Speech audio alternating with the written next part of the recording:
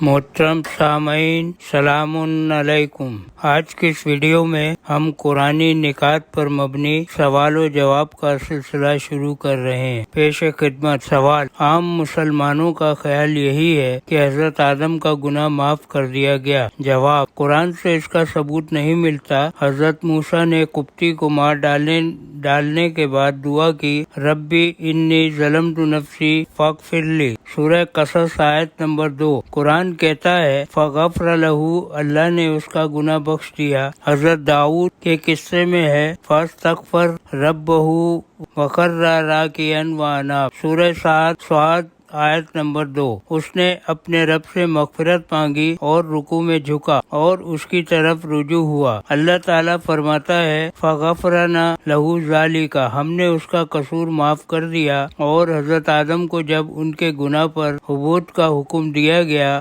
انہوں نے عاجزی کے ساتھ اپنے قصور کا اعتراف کیا اور مغفرت چاہی، مگر مغفرت نہیں ملی بلکہ پھر دوبارہ حبوط ہی کا حکم دیا گیا۔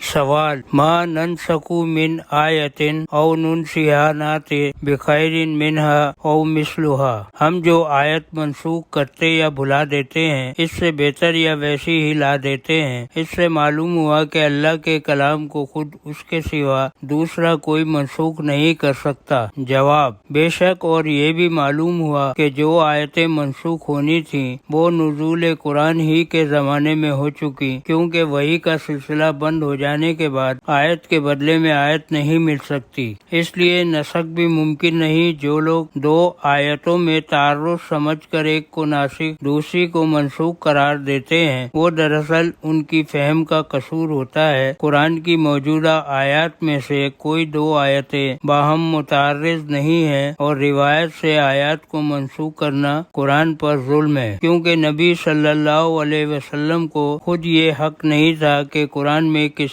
قسم کی تبدیلی کر سکیں۔ قل ما یکون لی ان ابدلہ من تلقاء نفسی، سورہ یونس آیت نمبر 2۔ کہہ دے کہ مجھے حق نہیں کہ میں قرآن کو اپنے جی سے بدل سکوں۔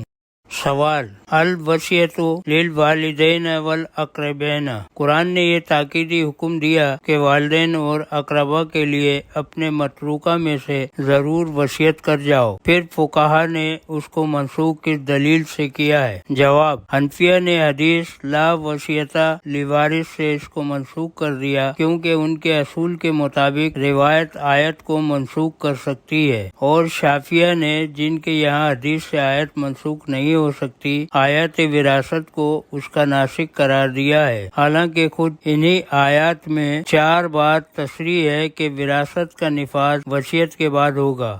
سوال: یوم لا بیع فیہ ولا خلۃ ولا شفاعۃ، اس دن نہ خرید ہوگی، نہ دوستی، نہ سفارش۔ قیامت کے دن شفاعت کی مطلق نفی کی گئی ہے، حالانکہ قرآن کی مختلف آیتوں بلکہ خود اسی کے بعد آیت الکرسی سے اس کا ثبوت ملتا ہے۔ جواب: ثبوت ملتا ہے شفاعت باذن الہی کا، لہذا ساری شفاعت اللہ ہی کے اختیار میں ہے۔ قل للہ الشفاعۃ جمیعا، سورہ زمر آیت نمبر 5۔ کہہ دے کہ ساری شفاعت اللہ ہی کے لیے ہے، یہاں نفی غیر اللہ کی شفاعت کی ہے۔